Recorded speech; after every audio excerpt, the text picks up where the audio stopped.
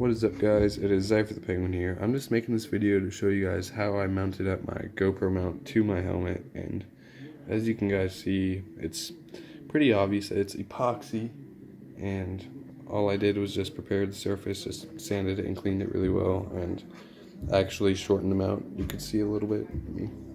If you can't already see, it's just got a whole bunch of just that big old gap from right there where the mount is from where it is, just because I shortened it, because it's not really, I don't really need all that mount.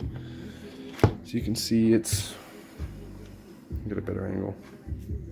I don't know, if you know GoPro mounts, you can see it's quite a bit shorter, and all I did was just clean it really well and just use 3M plastic Loctite and slathered it on there and put it right on there, and it's sticking really well. So anyone who hasn't tried that type of epoxy, or might just be a dead giveaway to use epoxy if you don't have good luck with the adhesive, but it wasn't for me and there weren't any videos describing that, so I just did what I did and it worked out. So the stuff is like $7 at Lowe's or Home Depot, so yeah, and I only used probably like not even a tenth of it. I didn't use much at all, but yeah, that's how you do it.